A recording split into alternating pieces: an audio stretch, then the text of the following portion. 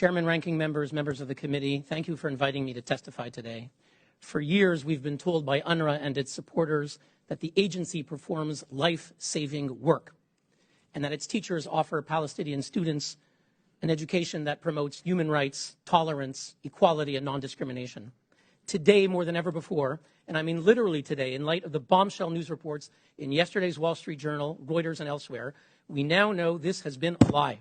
From these and other revelations of the past few days, we know that in Gaza, at least 12 UNRWA employees personally participated in the massacre of October 7th, which involved the murder of 1,200 Israelis, along with mass rape, torture, and mutilation. Secretary of State Blinken said yesterday, these intelligence reports are highly, highly credible. The world also learned yesterday that 1,200 UNRWA employees in Gaza are part of Hamas or Islamic Jihad, meaning actual operatives within the political and military organizations. Finally, an estimated 6,000 UNRWA employees, being half of the workforce in Gaza, have close family members in these terrorist organizations. Now, UNRWA's top donors, the United States, Germany, Britain, Canada, and many others, have just announced they're freezing funds. Now, accordingly, I've come here from Geneva to bring before the Congress our case against UNRWA. I've come here to ask the Congress of the United States, which is the largest donor to UNRWA at over $300 million a year, to not just suspend, but to end the funding for good, and to take the lead in dissolving an organization that is riddled with incitement to hate, involvement in terrorism, and the perpetuation of war. Members of the committee will find all of the evidence that I present here on our website at unwatch.org under the case against UNRWA. Now, on Friday, Secretary General Guterres announced that he was, quote, horrified to learn that members of his UNRWA staff were implicated in terrorism. Members of the committee, I'm here to bear witness and testify that Secretary General Guterres, the head of UNRWA, Philippe Lazzarini, their predecessors, their senior colleagues, could not possibly have been shocked that UNRWA employees are implicated in terrorism. Because for the past 9 years, and Chairman Smith knows this very well because he's been on this issue and he's invited me to testify, we've been uncovering, publishing, and submitting to the UN, to UNRWA, evidence of widespread and systematic incitement to jihadi terrorism, the praise of Nazi leader Adolf Hitler, calls to slaughter Jews on the part of UNRWA teachers, school principals, and other employees. These reports range from 10 to 200 pages. For example, just in November, we sent a report on 20 teachers who celebrated the October 7th massacre. In March, together with Impact SE, we identified 133 UNRWA teachers and staff who promoted hate and violence in social media. In June 2022, we released a report called UNRWA's Teachers of Hate, and included the following Facebook post by Elham Mansour, quote, an UNRWA teacher, quote, by Allah, anyone who can kill and slaughter any Zionist and Israeli criminal and doesn't do so doesn't deserve to live. Kill them and pursue them everywhere. They are the greatest enemy. All Israel deserves is death. This is an UNRWA teacher statement on Facebook. We sent it to the UN. They did nothing. We sent them reports in 2021, 2019, 2017, 2015, numerous reports. They never contacted us for information. They refused our repeated written requests to meet to discuss the problem. They cannot say they didn't know. Mr. Guterres knew. The head of the UNRWA knew. The United Nations knew. They simply chose not to act.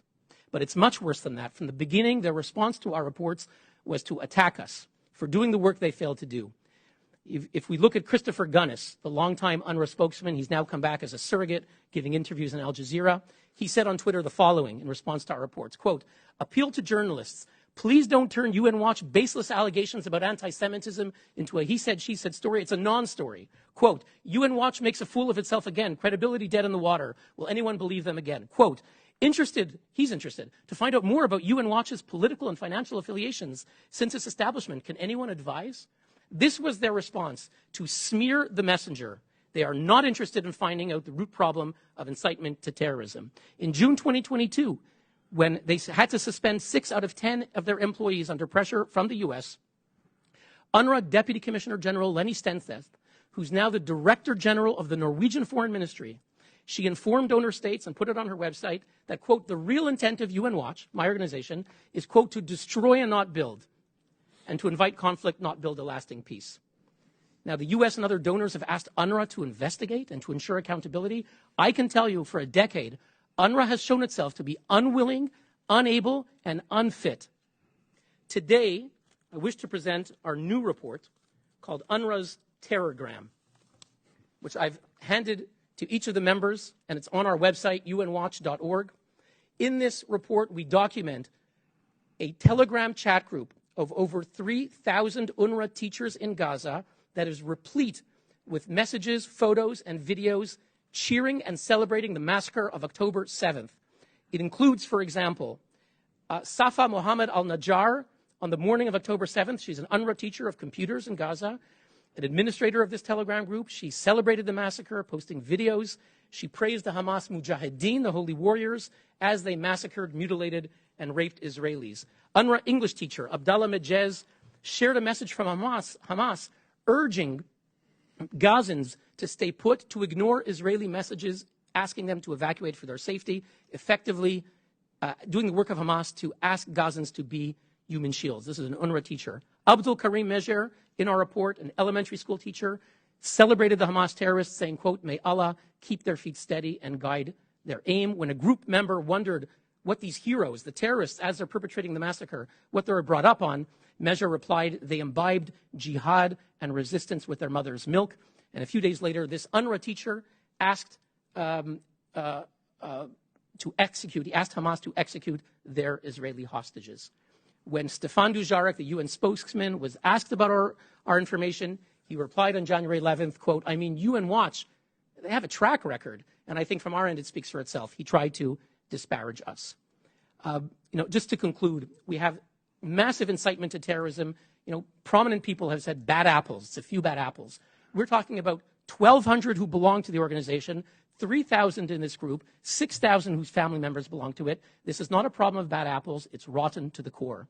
We've talked about incitement. We've talked about acts of actual violence. And finally, let's get to the core problem. And with that, I conclude. The core problem of UNRWA, the very purpose of the agency, is to perpetuate the war of 1948, to send the message to Palestinians that the war of 1948 is not over. Don't use cement to build homes, hospitals, and schools here in Gaza. Use it to build hundreds of miles of terror tunnels, to tunnel into Israel, to invade Israel, to go back to what your homes are. That is the message of UNRWA. We should not be surprised what happened on October 7th, because that is the message that these Palestinians got for more than 70 years in UNRWA schools. UNRWA is a failure. We have to recognize what the Swiss Foreign Minister Ignazio Cassis said. This is a country historically that supports the UN. He said the following, I quote, "UNRWA has become part of the problem. It supplies the ammunition to continue the conflict. By supporting UNRWA, we keep the conflict alive. It's a perverse logic." And I'm here to say, if the United States and other governments that fund UNRWA truly care about helping Palestinians and Israelis, it's time to put an end to this perverse logic. We're asking the Congress to take the lead in dissolving this agency. Thank you very much. Thank you, Mr. Neuer.